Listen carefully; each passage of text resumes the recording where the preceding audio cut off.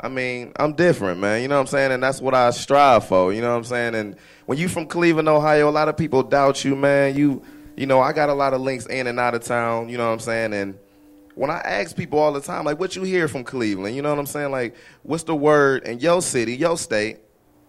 When you think Cleveland, they think of, you know what I'm saying, oh, okay, well, they lie a lot. They compare us to Texas, you know what I'm saying?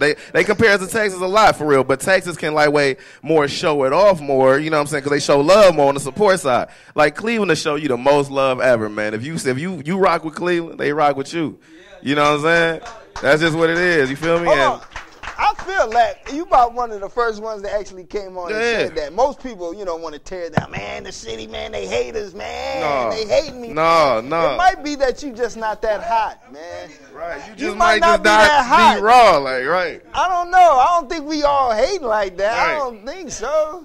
I mean, players and haters don't go together, you know. Everybody. And everybody got their own opinion with it. Not haters, critics, though. Critics for the East. Yeah.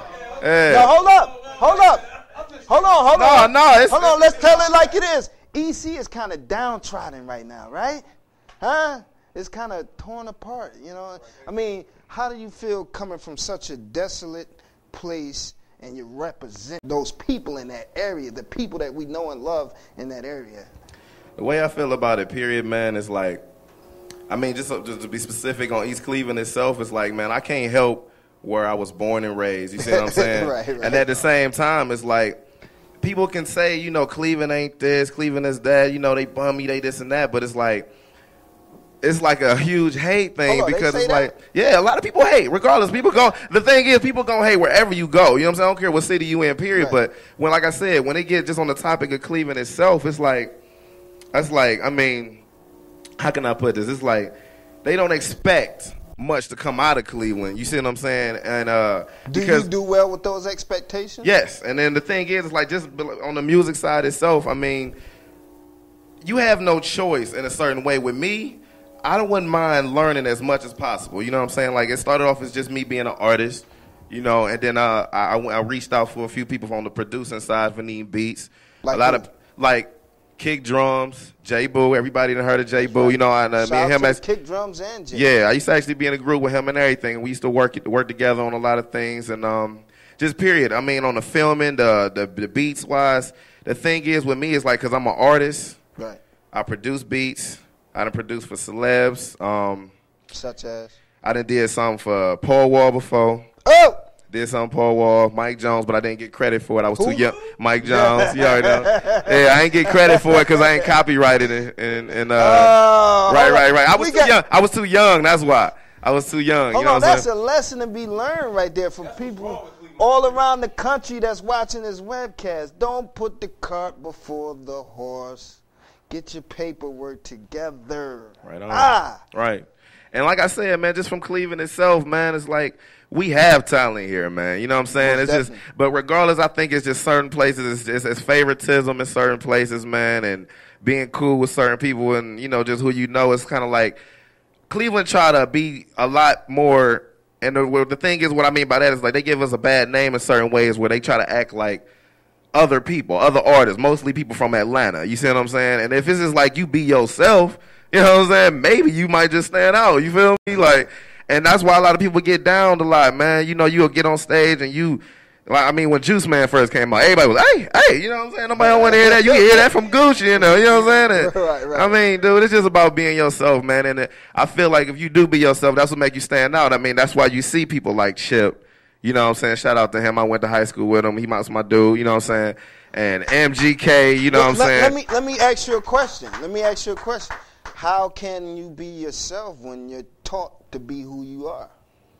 That's true too, and that's like, I mean, just because I'm from East Cleveland, I mean, it's like that's all I knew for all my life, you know what I'm saying? But at the same time, if you a real music artist, man, and you know what I'm saying, you reach out to different artists in the industry itself. Like me personally, I don't look at it like, all right, man, this music stuff, you know, like one day I want to get a notebook and a pen, and I'm watching MTV Cribs, like, oh man, I want that life so bad, man. You know what I'm saying? It wasn't nothing like that. I've just been raised around it, and it's just like, a lot of people just didn't understand, like, out of emotions, like, where I'm sad, mad, whatever I'm going through, music just always took me away from anything. Therapy. You know what I'm saying? Right. So it's just like. Is it the same thing with the filming? Because you also do filming. Yeah, and that's another thing. Like like I said, on the producing side, filming, all of that. I mean, I'd rather learn as much as I can to take out another man. You see what I'm saying? To do what I need to do. You know what I'm saying? That's less more people that need to get paid. Don't you you feel like me? how he put that? I want to learn. I got to repeat that, King. Yeah. I want to learn as much as I can so I can take out another man. I The like worst that. way of me finding that out is going through people BSing around certain moves. Okay. For me getting mad, like, man, dang, I need some beats, man. I'm tired of this sound click and instrument. You know what I'm saying? Man, I just went ahead and started messing with it myself, and you know what I'm saying? Before you know it, I was making beats for celebrities and everything, and myself. You know what I'm saying? And, and then I got a producer at Rondo Productions. You know what I'm saying? He real big. He coming up real nice. Do you think your passion has made it to where you've attracted celebrities to you? Because I'm hearing you're doing things with Lloyd. Yeah. Y'all know about Lloyd? Yeah. He got braids like Uncle June. Lloyd do. He was in that play. You know, what's in the dark comes to light. Lloyd was just in that. Big shout out to Lloyd. You doing?